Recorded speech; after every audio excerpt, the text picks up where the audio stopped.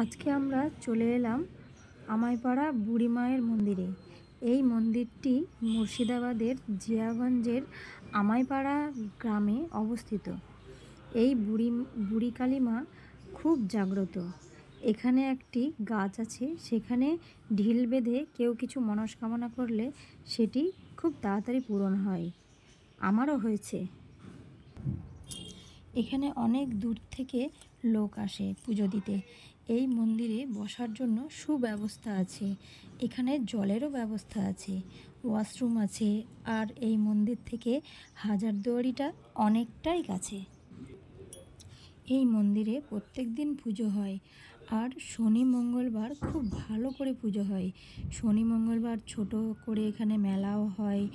এই মন্দিরটি জিয়াগঞ্জের স্টেশন থেকে খুব কাছে। টোটোতে 10 টাকা ভাড়া নেয়।